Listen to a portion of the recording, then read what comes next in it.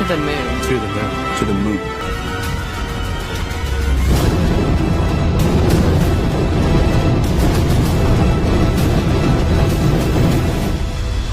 দীর্ঘ ৫০ বছরেরও বেশি সময় পর চাঁদে মানুষ পাঠানোর কঠিন মিশন হাতে নিয়েছে আমেরিকার মহাকাশ গবেষণা সংস্থা নাসা।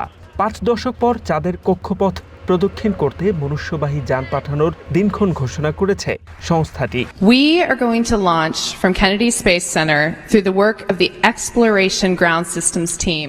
আগামী ৬ মার্চ ফ্লোরিডার কেনেডি স্পেস সেন্টার থেকে বিশাল আকৃতির রকেট উৎক্ষেপণের মধ্য দিয়ে এই রোমাঞ্চকর অভিযানের সূচনা হবে বলে জানায় নাসা কর্তৃপক্ষ। 3, 2, 1. এই মিশনে চন্দ্রযানে করে চাঁদের চারপাশে ঘুরে তথ্য সংগ্রহ করার পাশাপাশি চাঁদকে অত্যন্ত কাছ থেকে পর্যবেক্ষণ করবেন ৪ মহাকাশচারী।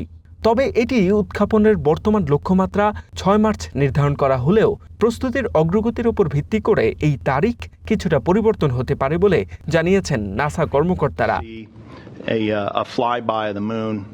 প্রায় ১০ দিনের এই দীর্ঘ মহাকাশ যাত্রায় প্রথমে পৃথিবীকে প্রদক্ষিণ করার পর চাঁদের চারপাশে ফিগার ৮ আকৃতির পথে উড্ডয়ন করবেন নভোচারীরা। তবে এই অভিযানে চাঁদে অবতরণ করবে না চন্দ্রযানটি, কেননা ওরিয়ন নামের এই মহাকাশযান বর্তমান কাঠামোর হিসেবে চন্দ্রপৃষ্ঠে অবতরণের জন্য উপযুক্ত নয়। I'm Christina Cook.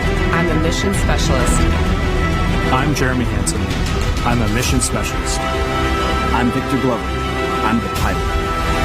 I'm Reed Wiseman. I'm the commander for the Artemis II. নাসার এই চন্দ্রাভিযানকে ভবিষ্যতে মঙ্গল গ্রহে অভিযানের একটি প্রস্তুতি ক্ষেত্র হিসেবে বিবেচনা করা হচ্ছে। ১৯৭২ সালে অ্যাপোলো ১৭ মিশনের পর এটিই হবে চাঁদের কক্ষপথে মানুষের প্রথম যাত্রা। কর্তৃপক্ষ বলছে আর্টেমিস ২ মিশন সফল হলে পরবর্তী ধাপ আর্টেমিস ৩ নিয়ে কাজ শুরু করবে নাসা, যার মাধ্যমে ২০২৭ বা ২০২৮ সালের দিকে দীর্ঘ ৫৪ বছর পর সরাসরি চাঁদের মাটিতে পা রাখবে মানুষ। Assuming the SpaceX lander is ready, we plan to launch Artemis 3.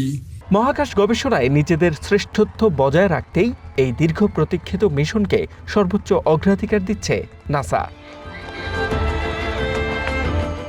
H M Ataullah, one international desk.